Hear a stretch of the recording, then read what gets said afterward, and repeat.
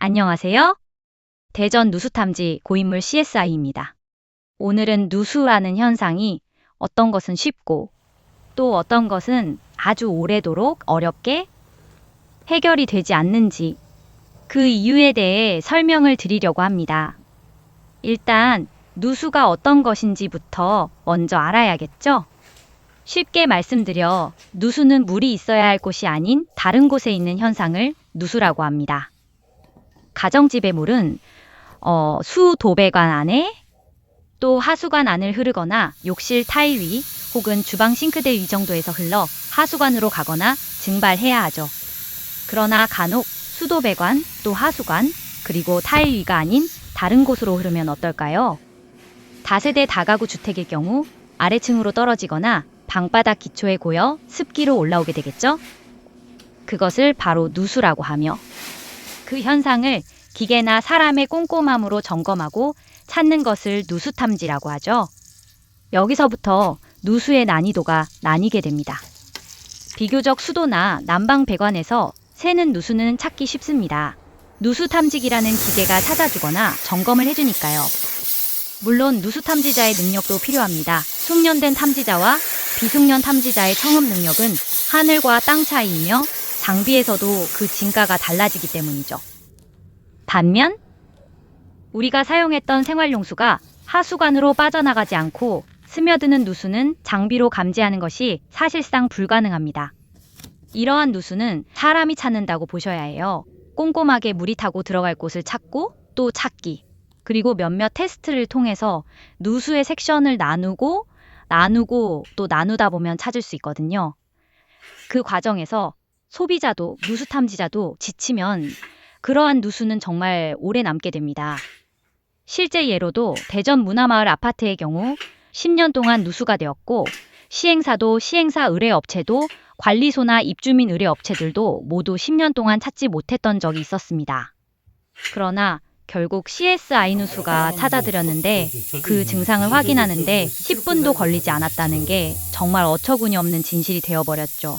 저희가 잘해서 찾은 것은 아니며 10년 동안 눈으로 확인해 보아야 할 곳을 저와 단 한 업체만 확인했고 그마저도 선행업체는 그 현상으로 누수가 될 일은 없다며 단언했기 때문이죠.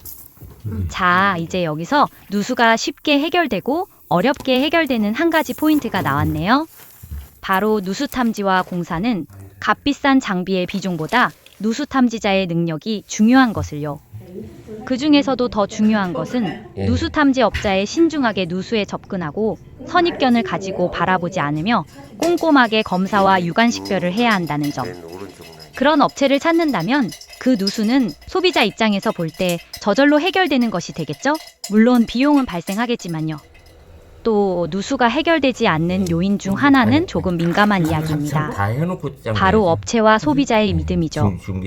업체는 투명하게, 공정하게, 또 정직하게 모든 과정을 고객님께 말씀드려야 하고 소비자는 그런 업체의 진정성을 바라보고 믿고 시간이 좀 걸리더라도 응원과 기다림, 그것이 아주 오래 걸리는 누수를 해결하는데 결정적 역할을 합니다.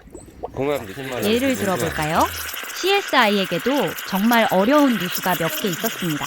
하루에 소주 한 잔 정도 새는 욕실 누수는 4년 동안이나 2층 아래층 소비자를 괴롭혔어요. 저희도 방문드려 확인한 결과 한 가지 누수가 당일에 찾아져서 해결했는데 그 후 물의 양은 일주일에 소주 반 잔으로 줄어들었지만 한 달이 지나도록 그 물은 동일하게 샜던 적이 있었거든요.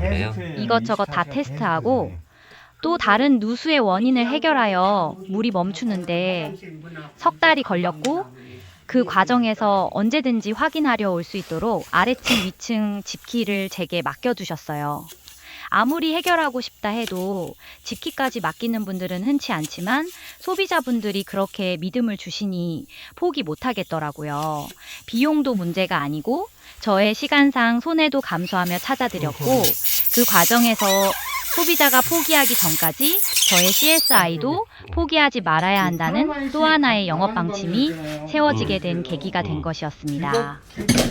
또 다른 세종시 현장도 3년간 누수가 지속되었는데 총 5가지의 누수 원인이 있었고 최종적으로 일상생활 배상 책임 보험으로 마무리까지 되었을 때 11개월이 걸렸어요. 그 기간 동안 소비자의 믿음, CSI의 믿음이 없었다면 해결나지 않았겠죠? 또 다른 것도 좀 더 민감한 문제입니다. 바로 소비자와 탐지자가 직접 연결되지 않는 경우입니다. 예를 들어 세입자와 탐지자의 시간 조율이나 공정상 합의 불일치될 경우 쓸모없는 세입자의 클레임 등으로 발생하는 누수업체의 스트레스는 현장을 떠나게 합니다. 예를 들어보면 대전 테크노밸리에서 발생한 일인데요. 1층 소비자님의 드레스룸에 정말 많은 물이 새었습니다. 집주인분은 대구에 거주하고 계시는 변호사셨고요. 세입자분과 시간 조율을 해주셔서 약속 시간에 정확히 방문하고 점검하는 도중 세입자분께서 이상한 행동을 하셨네요. 자신이 키우던 강아지에게 화풀이하며 나가봐야 할 시간에 누수 때문에 손해가 막심하다고 저희에게도 화를 내시더라고요. 정중하게 지금 아래층 사모님 댁에 드레스룸 상황을 설명드리고 그분의 불편함과 모자를 좋아하시며 갤러리처럼 꾸며두신 곳이 피해보고 있는데 그 점을 생각해달라고 말씀드렸어요. 그러나 대답은 없고 내 알바가 아니다 라는 태도에 정말 화가 나더라고요. 더 이상 진행은 불가능할 것 같아서 집주인 고객님께 상태를 설명드리고 현장을 빠져나왔습니다. 누수의 스트레스는 저희가 능히 감당하지만 사람이 주는 스트레스는 사실 감당하기 힘듭니다. 고객님, 누수 더 이상 진행시켜드릴 수 없습니다. 하고요. 그때 집주인 고객님의 결단은 3일 후 동일한 시간에 다시 방문을 부탁하셨어요. 그리고 그 기간 동안 세입자를 이사 보내고 그 이후에 저희가 방문하게 된 것이었습니다. 물론 누수는 아주 쉽게 해결되었어요. 1시간도 걸리지 않았고 결과적으로 욕실에서 파손된 부분을 집주인께 통보도 하지 않고 그냥 사용하다가 발생한 누수였습니다. 그 사실을 설명드리고 저희 때문에 세입자를 내보내어 손해보신 것에 죄송하여 사과를 드렸습니다. 그러나 여기서 반전, 집주인 고객님께선 변호사셨고 세입자분께 소송을 걸으셨더라고요. 관리 소홀로 인한 누수로 말이죠. 결과는 어떻게 되었는지 잘 모르겠지만 누수의 걸림돌 중 분명 집주인 세입자 탐지자의 커뮤니케이션도 중요하다는 점입니다. 이것 이외에도 건축물의 구조에 따른 누수 탐지의 어려움, 또 마감 자재에 따른 어려움이나 불가능함, 특히 강화마루나 폴리싱 타일이 그래요. 또 누수가 없는데 아래층에서 누수가 맞다고 우기는 히스테리 등등 정말 많아요.